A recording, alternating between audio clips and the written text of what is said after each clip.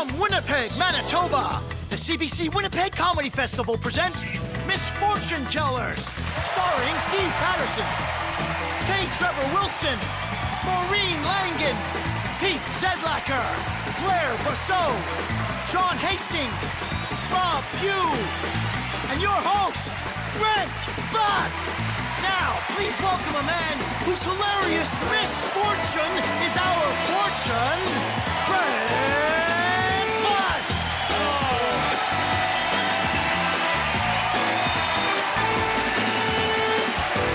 Hello, everybody.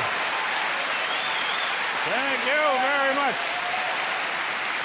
Thank you very much, everybody. My pleasure to be here at the beautiful Pantages Theatre. Happy to be here. The show tonight that you're going to be watching is called Misfortune Tellers. And so what's going to happen, all the comics are going to come out here tonight, and they're going to talk about life's little troubles, life's little ups and downs. That'll be fun, right? It'll be great. You get to sit there and listen to people who make a damn good living working about an hour a day complain about how hard their life is. If I was you, I would be outraged. But you're not going to be outraged. You're going to have an excellent time because the show is loaded with hilarious comics, many of whom are actually loaded. So you're going to have a great time. When I was told the theme for the show tonight was misfortune, I thought, oh no, I don't have any material about misfortune. And I thought, oh, how unfortunate. That qualifies, I think, my misfortune for not having material about misfortune is my misfortune. I thought that qualifies, and I thought, no, hang on, it doesn't. That gets you out of a jam, so that's fortunate, right? My misfortune is actually good fortune. I've created some kind of fortune vortex that's opened up. Many of you will be sucked out of your seats and through another dimension to a parallel universe where up is down and black is white, and I'm a tall, skinny guy with a full head of hair. It's gonna be...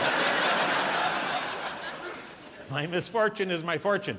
If the theme of the show was irony, we'd be swimming in gravy.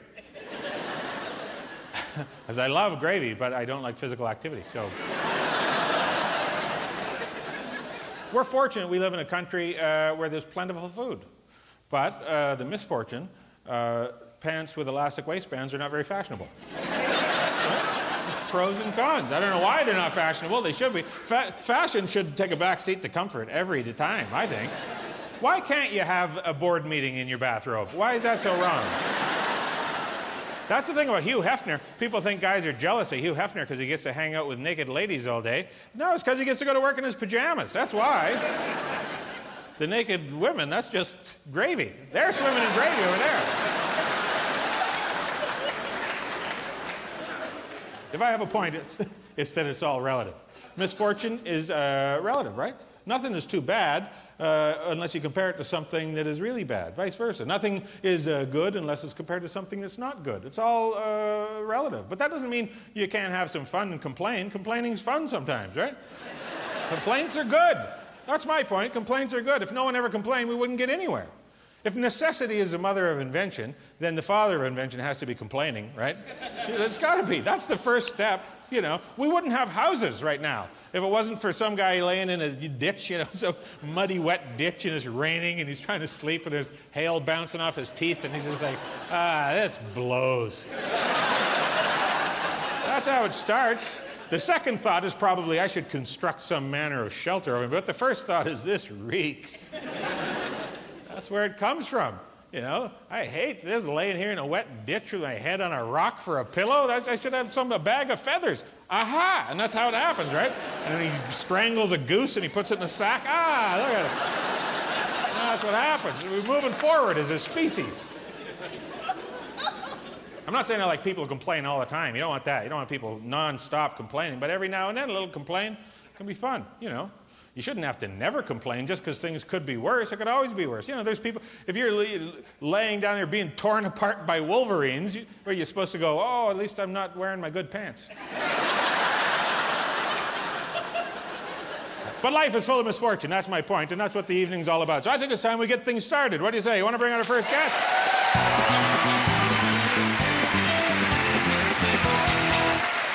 Do bad things really always happen to good people? Or are good people just wussies? All we know is that bad things happen to this performer. Please welcome to the stage the very unlucky Steve Patterson. everybody.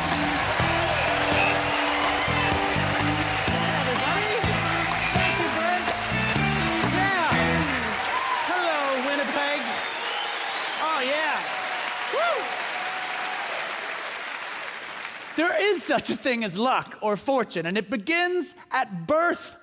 If you are born to a financially stable environment with 2 loving parents and a welcoming community, you are lucky. If you are born into a financially, emotionally, and psychologically unstable environment where your parents just happen to be crack house roommates, you are unlucky. There is no way around that. Now, I am not saying that unlucky people cannot become lucky, but here's what they don't tell you. You have to be reasonably good looking. Beautiful plus money equals lucky. Poor plus ugly equals unlucky. Now here's the gray area. Ugly plus money.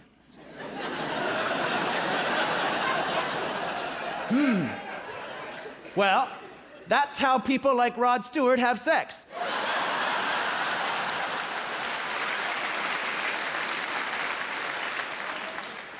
Now, I know what you're saying. You're all sitting there going, but Steve, look at you. You're beautiful. And you're a Canadian comedian, so you're filthy rich. What do you know about bad luck? That's a good question. My main claim to bad luck is technology. I'm technically cursed. I have an inexplicable power over powered items to make them completely powerless. I used to be a PC guy for a long time, and then I bought a Mac. I got my Mac, and it didn't work. Out of the box, it did not work. It turned on, that was nice. It made that little meow. And then I tried to insert a CD into it, and it wouldn't take it. My Mac wouldn't read the CD or DVDs. It just spit it out like a kid that doesn't want his food. Just... Anyway, so then I had to go into a Mac store to get my Mac treated by a Mac genius. I don't know if you know who Mac geniuses are. They are young people that work at Mac stores, and their screening is a little different for geniuses in the Mac world. Hey, teenager, can you wear this t-shirt? Yes, you're a genius. I tried to tell him my problem. I said, hey, genius, my computer is not working. I can't even put DVDs into my Mac. And he answered in the way that only an infallible teenager prick can answer. He said, you're probably just not doing it right. So he tries it, and it doesn't work. And then he says the sentence that has now become sort of a mantra to me with technology. He goes, that's weird. I've never seen that before. Now, if someone that should know something says that sentence to you, I've never seen that before, you're about to go through something very unlucky. If you go to the doctor and the doctor's doing a routine examination, and he's behind you and he said, I've never seen that before, you are in for some unwelcome exploratory probing at the very least, yes?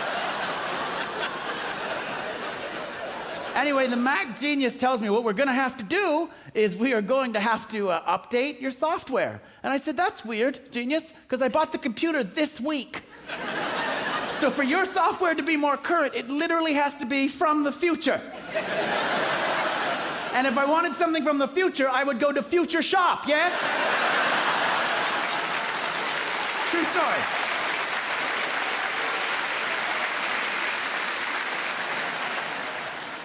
But this is my best story of bad luck. I was on a tour in Australia, which I realize does not sound like very bad luck from here. Hear me out. I was on a comedy tour, and I had my laptop with me. I don't really know why. It doesn't work properly. But I put it in the hotel safe, one of those little hotel safes. I wanted to make sure it was locked away. So I locked it away with a 4-digit code. And the 4-digit code that I chose is the same 4 digits that I used when I got my first bank card at age 12. I do not change my codes. I hate changing codes. When my bank tells me to change codes, I change banks. So I put my stupid laptop that doesn't work in the safe, and I went around Australia. So I come back, and I go to get the laptop out of the safe, but of course, it will not open. For no apparent reason, just because I have bad luck with technology. So I tried a few times, doesn't work. I call down to the front desk. They send up a burly Australian man. A burly Australian man comes into my room and he goes, what's the problem, mate? And I say, I can't open the safe. It's the code doesn't work. And he says, you're probably just not doing it right. But he goes, no worries. This doohickey here opens any safe. Doesn't matter what the combination is.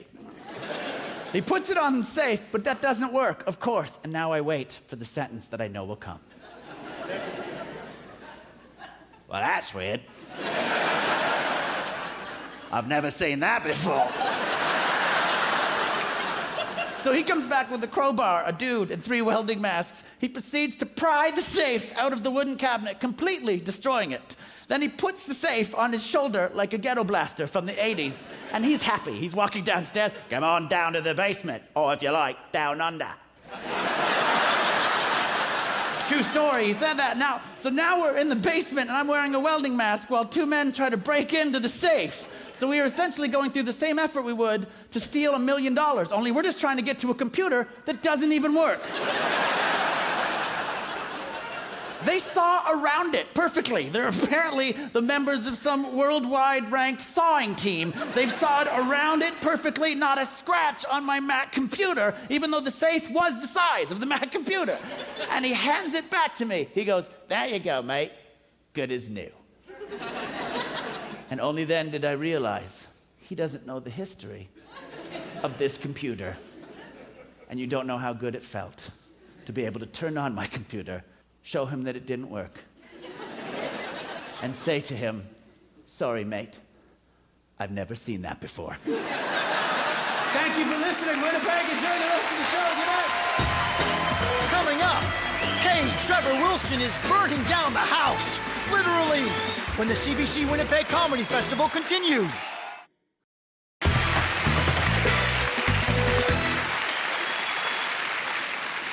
They say 90% of all accidents happen in the home. That's why the homeless people are so lucky. Please welcome walking disaster, Trevor Wilson.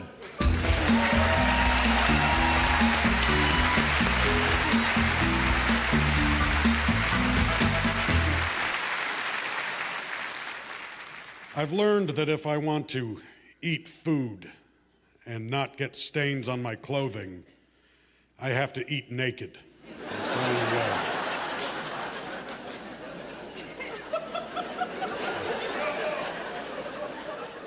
I try to eat naked as often as possible, but I'll be honest, they don't really go for those shenanigans at the Olive Garden.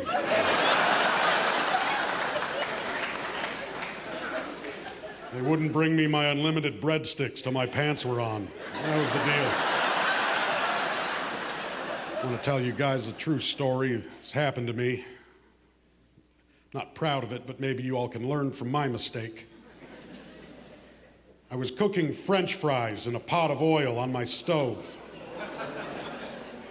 And what I learned is you should never, ever do that, ever. Because what happened to me is I walked outside just for a moment to check on the hamburgers on the barbecue. When I came back inside, that pot of oil was on fire. So thinking quickly with my brain, I thought, what historically is very good at fighting fires? And water, historically, is a very effective firefighting tool. Firemen use it, so it's got to be pretty good. Feeling very smart, feeling very heroic, I ran to the sink and I turned the sink on. And then I grabbed my dish hose and I aimed my dish hose at the burning pot. and I pressed down on the trigger and shot a perfect arc of water through the air, landing in the center of the inferno. At which point, the giant phoenix of death erupted from the pot and hugged the entire room in its fiery wingspan.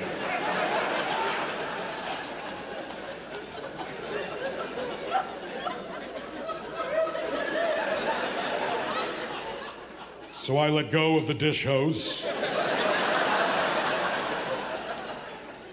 and I shit my pants.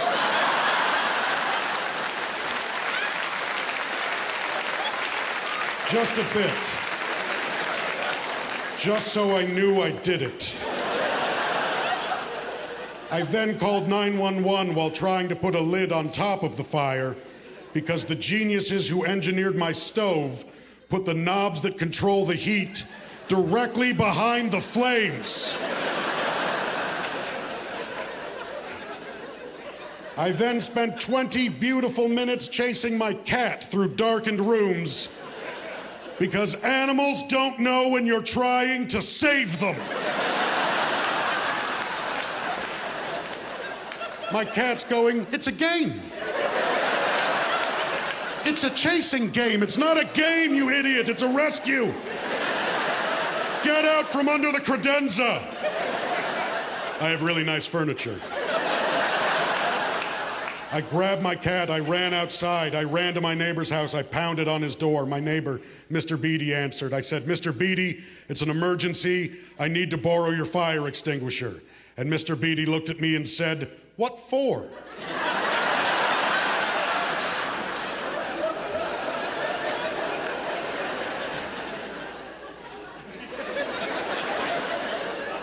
I'm sorry, the words emergency and fire extinguisher weren't enough for you.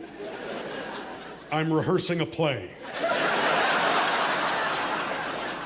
And it was at that moment that the fire department arrived and I could breathe a sigh of relief. The heroes were here. They're going to save my home. Whenever you call 911, the police show up and they have to take your statement. So the officer asked me what happened and I said I was cooking French fries in a pot of oil on the stove and it caught on fire. The officer didn't look up from his pad. He just kept writing, and he said, Yeah, you should have had a salad." Thank you very much, everyone. Have a good night.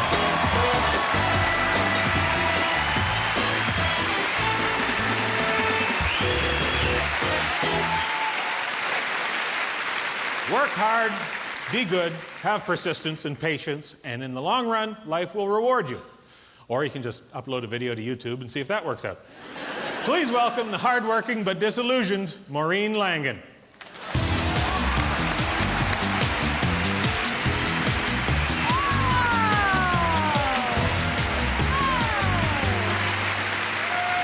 Hello, Winnipeg. Look at you, good-looking people. Most of you, for the most part. Now, let me tell you something. All that matters in life is if you're hot. Do you understand me? That's all that matters. I was raised by an Irish immigrant mother and a blue-collar father, and I was told that if I worked hard, got educated, and did the right thing, that life would reward me. What a load of crap that is. Life is rewarding Paris Hilton, the Kardashians, and those freaks at the Jersey Shore. Let me ask you, what does Paris Hilton do? I mean, really, other than men and drugs, what does that chick do? She was recently caught with cocaine. I would have been a lot more shocked had she been caught with a book.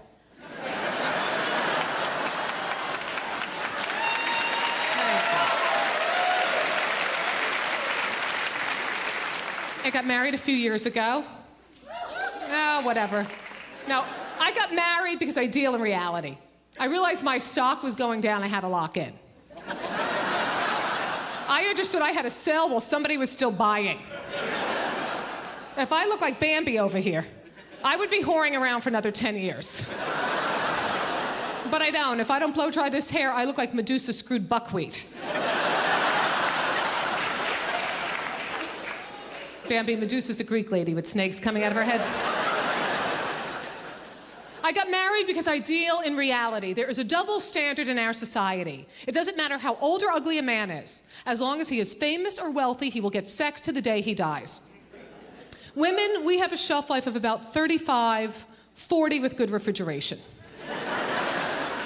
I did not make this up. I learned this from Anna Nicole Smith, my spiritual advisor. Anna was married to an octogenarian in a wheelchair. That's a man in his 80s, Bambi. He hadn't walked since Watergate, a political crisis in the 1970s. And he got Anna Nicole Smith. Come on! It doesn't work the same way for old chicks. Joan Rivers is wealthy, and she can walk. She's not getting any action. I mean, I don't think so. Though somebody should explain to her that having eyes in the back of your head is just an expression.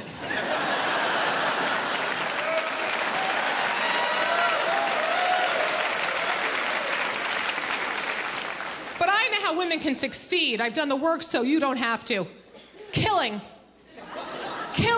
can help a career. Let me tell you, I watch 60 Minutes. I know what's happening.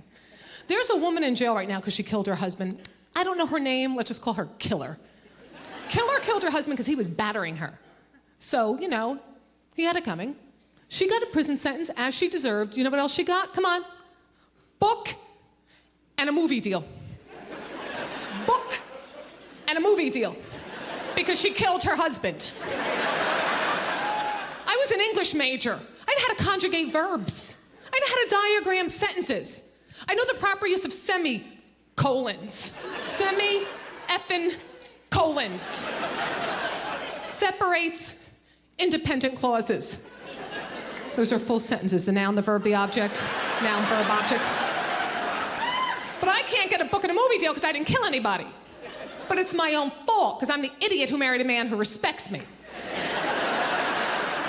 Let me tell you something. My father's an alcoholic. Whose isn't? Blah, blah, blah, blah, blah. Cry me a river. Do you know how many daughters of alcoholics marry abusers and batterers? Any clue? Like 98%. Not me. I couldn't even get that right. I got the good guy, the nice guy. Hey, Maureen, can I help you? What can I do? Can I cook? Can I clean? What can I do? What can I do? What can I do? What can I do? Get off of me. You know what you can do? You can hit me. So I can shoot you. That's what you can do. I can see the headlines now. Comic kills her husband. She gets a book and movie deal. I can dream. I can dream. I'm Maureen Langan. You've been a great bunch. Thank you. Up next, Pete Zedlacher is feeling insecure about airport security when the CBC Winnipeg Comedy Festival continues.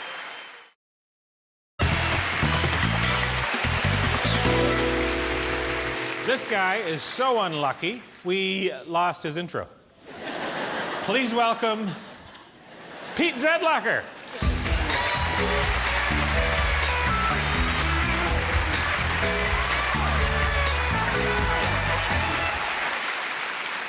What a dump.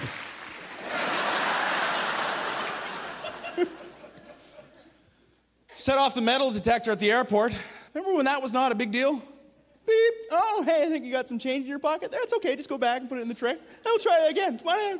Come on, try it again. Come on back in. Come on in. Now you go through, beep. You're about to become someone's prison bitch, hey? Just, give you a couple of options. Hey, you can get the pat down, right? Or you can go through that wiener scan. You've done that one there? They put you in a little room and you put your hands like this and they go shh, like a Star Trek thing, and then they shoot protons or photons or something not cancer-causing into your body.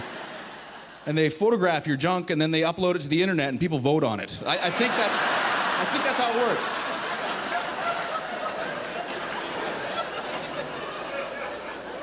So I went with the hands-on treatment, right? So I'll get the pat down. First thing he says to me, open your belt and look at me.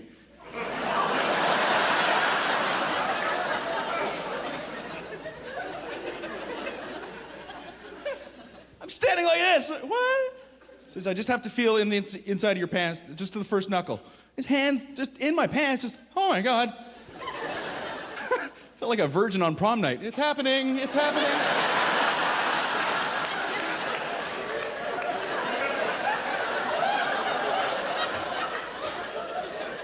He can have my body, but not my mind.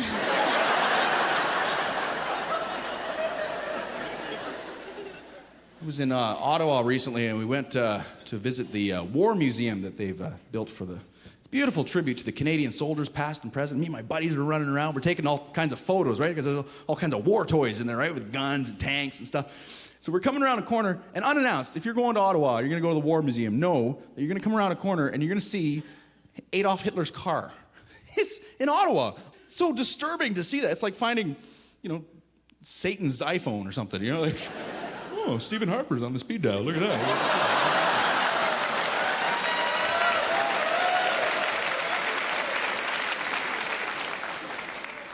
So my buddy sees me looking at Hitler's car and he says, hey, get in there. I'll get a photo of you in Hitler's car. So then this idea pops into my head. How do I pose for a photograph next to Adolf Hitler's car? You can't be like... That photo's going to come back to haunt me someday. So I'm standing there trying to figure out...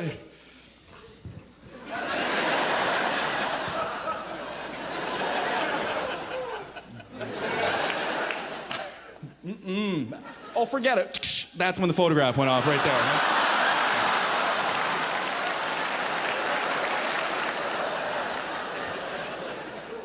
My background is Austrian, so I've always been a big fan of Arnold Schwarzenegger, right? As a kid, growing up, bodybuilder Arnold, and Mr. Universe Arnold, and action movie star Arnold. And politician Arnold was kind of disappointing to everybody, wasn't it? The people of California understand they're going to be singing. Come on, punch a camel. Am I right? That's what we want to see.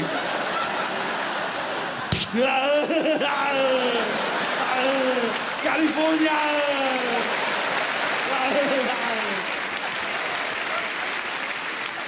Governor of California for 2 terms, 2-term limit. Now he can't do it anymore. Oh man, what a drag. Now he's got to go back to his day job of movie star. So in the meantime, he's doing some spoken word engagements. Did you know that? He's going around North America playing big theaters like this, doing an afternoon with Arnold Schwarzenegger. I don't even know what he would talk about. Do steroids, fantastic. And I thought of going.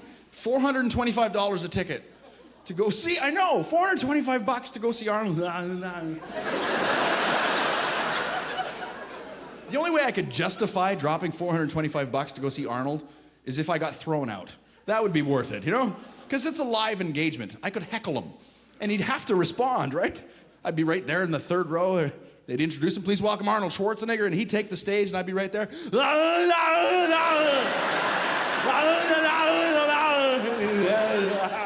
Thank you, fantastic.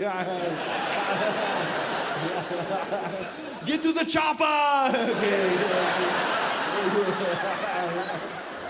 Go ahead and give the people air! You are a clone! I am not a clone! You are a clone! I am not a clone!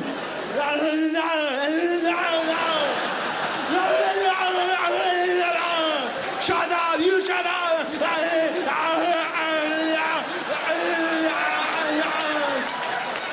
That would be worth $425. Thank you so much, Winnipeg. Still to come, Claire Brosseau's search for Mr. Right goes wrong when the CBC Winnipeg Comedy Festival continues.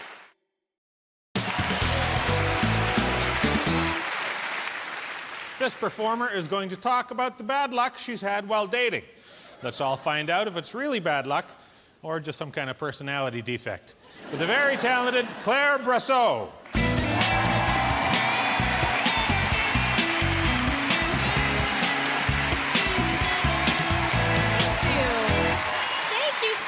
Winnipeg. I'm so excited to be here.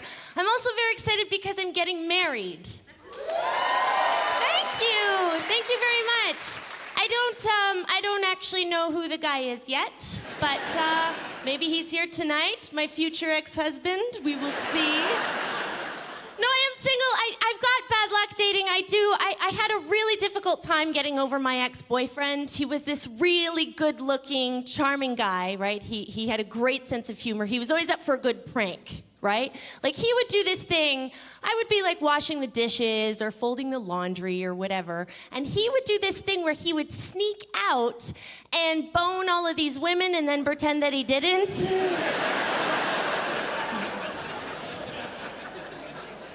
It was hilarious. So ultimately, we tried having an open relationship, which would have been awesome, if I had known. That's what we were doing. One of the reasons that my ex-boyfriend broke up with me was because that he said that he was tired of having the conversation with me that I don't listen, which is weird because I don't even remember having that conversation with him. I was dating an older man. He was an older man, and it feels very weird to see an older man naked. Am I right, ma'am?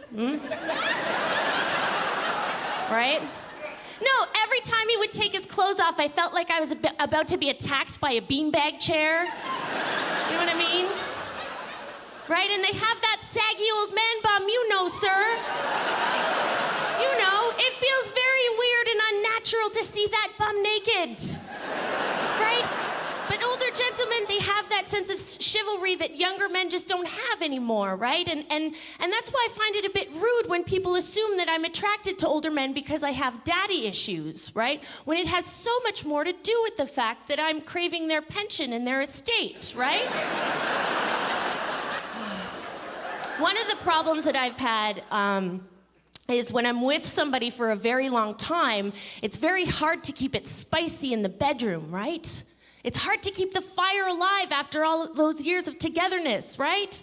I mean, like, clown masks and adult diapers can only do it for me so many times. I'm not an animal, right? But I figured something out. I figured out that if I got my man hammered to the point where he would pass out, then I could have my way with him, right? So he would drink, fall asleep, and then I would cuddle the crap out of him. I'd be like, yeah, you like that? Oh, yeah. I'm gonna spoon you all night. Bear hug. Oh, yes. Talk to you about my day. Oh, talk about our future. Yes. Thank you guys so much. You guys have been wonderful. Thank you.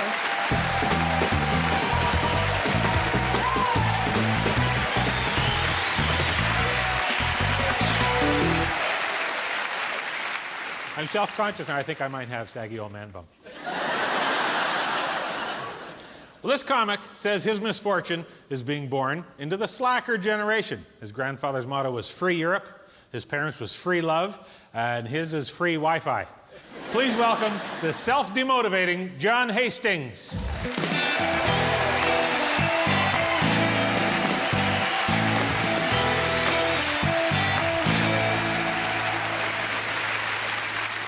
Hello, everyone. My name is John. I'm 25, and I live in fear every day. I wake up, I'm nervous, because at 25, I've realized who will be inheriting the planet in a couple of years. It's me and my generation. And anyone in the crowd tonight or watching this at home, you need to be very concerned by that notion, because you will be our food. Previous generations had every advantage. The way a previous generation wooed a lady. Oh, so romantic. Sitting by a creek and composing a poem about a single lock of their hair. What does my generation do? We troll Facebook looking for a friend of a friend we'd like to date. Then we take that comely lass out to a Denny's or something. Sit there at the table just wishing she doesn't open her mouth and prove herself to be crazy. It starts normal, something like, well, I don't know about you, but I love dogs. I just love dogs. They're great. I love dogs. And I like to be honest, ladies. So I respond with something like, well, I don't love dogs, but I like dogs very much. And then she says, what? You don't love dogs? Everybody loves dogs. Even Hitler loved dogs. To which I simply reply, well, I really love Jews, so I think I'm better than Hitler.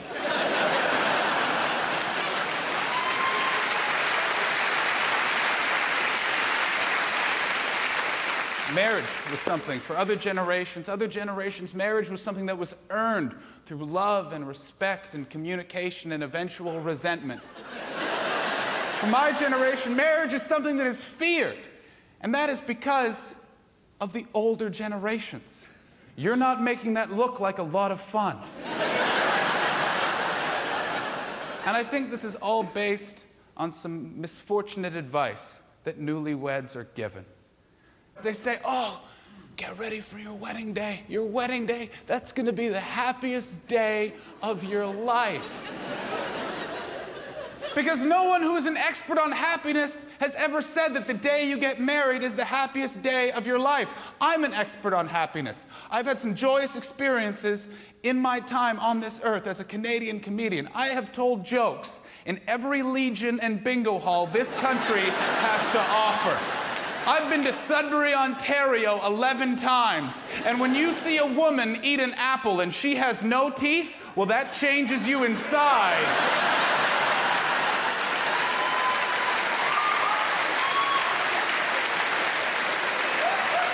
I have some news for you, Winnipeg. I think today is the happiest day of my life.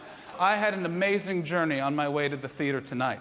I was on a beautiful City of Winnipeg bus. Oh, my seat was freshly cleaned. How do I know? It was sticky and covered with what I assume is soap. It was lovely.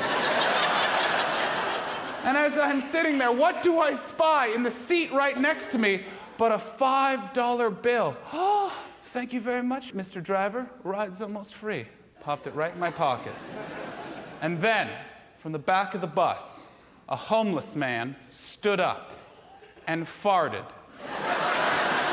So loud, it knocked over a child. Seeing my girlfriend walk up the aisle of a church will never make me that happy. Not in a million years.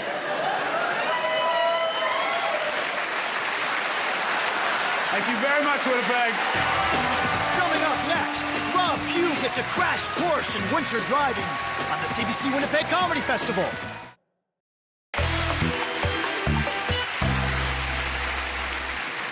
You know, if you tell this performer that every dark cloud has a silver lining, he'll say, oh, I see, so it's not a gold lining then.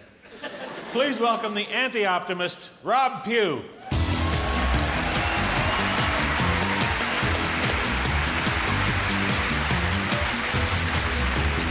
Yeah, hi, Winnipeg. Good to see you. Nice town you got here. Needs work. I was in a newspaper about a year and a half ago. I had the misfortune of being in a giant car accident. I was going 100 kilometers an hour on a northern highway in Ontario, and I was driving a Hyundai Elantra, little silver coffin. Blasting down the road about 100K, and I hit what the police report calls black ice. And if you've done any driving on highways, you know if your car hits black ice, maybe it just decides, hey, I'm gonna check out the left side of the road for a second.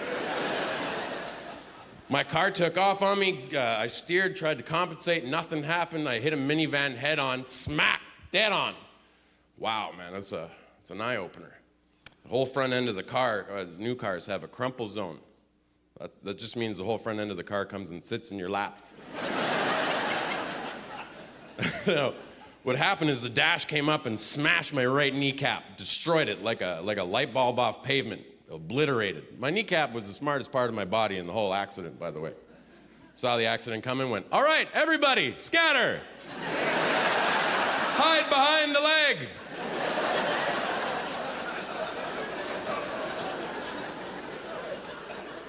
Kneecap exploded, femur pushed back through my pelvis. Sounds painful, I know, but I didn't feel a thing. God bless airbags. God bless airbags. This thing came out of the steering wheel like George Foreman. Came out of the steering wheel like, go to sleep, pow! Woo! Like a cinder block to the chin, that thing. You know? Next recollection, I woke up in an ambulance, I woke up in an ambulance on morphine. I woke up happy for the first time in my entire life. I don't know if you've ever woken up on morphine, but I had a neck brace on, prone. I was on a big wooden board, and there's a nurse standing over top of me, EMT, going, Mr. Pugh, you do not have a kneecap. And I was like, well, let's get out there and find that thing.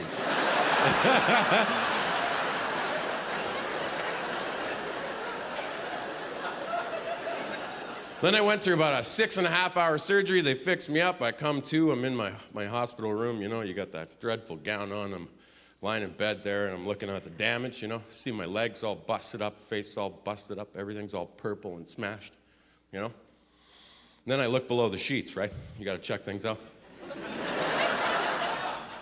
Just hoping not to see a jack-o'-lantern in November kind of thing.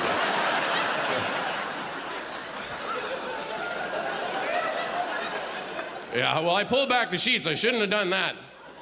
I had what doctors call a catheter.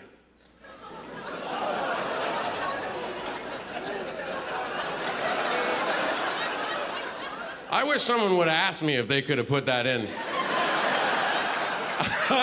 I wish a nurse woke me up and went, okay, we're gonna put a hose in your Johnson. I would have been like, no, it's okay, I'll walk to the bathroom, I'll be good. Who needs a kneecap? I'm good, I'm fine. Just stay away from that with a hose. Well, I can tell my parts were ashamed, My body, I felt so ashamed. I could tell my buddy was ashamed. I seen the vagina monologues, you know? And I know that vaginas have thoughts and feelings after watching that. Well, my buddy's got thoughts and feelings. And he was serious, he was sad, he was ashamed. His sides were all coming up like, don't look at me. Just don't look at me. Of course, it had a hose in its mouth, so it was like, 5 days it lived in shame. Until finally, a young nurse walked into my room. Very young nurse, pretty, man. Eye makeup, she was gorgeous. I thought to myself, you know what I mean? If I get too excited, there's gonna be trouble. She comes in, she goes, Mr. Pugh, we're gonna take out your catheter. I was like, yes, you are. Yes, you are.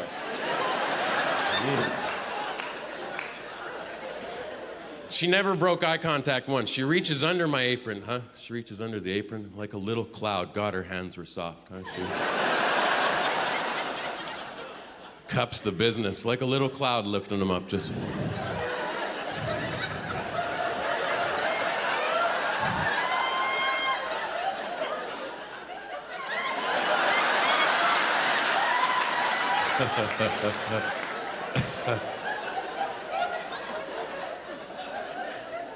She then grabbed the hose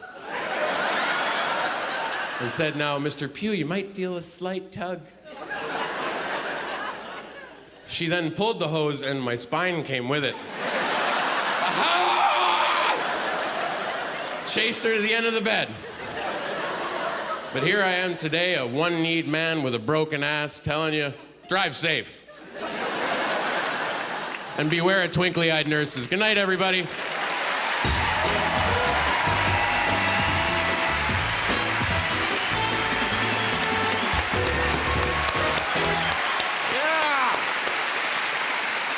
So that's our show for tonight, ladies and gentlemen. Just remember, if life hands you lemons, you make lemonade. Provided life also hands you sugar in a big jug. Good night, everybody.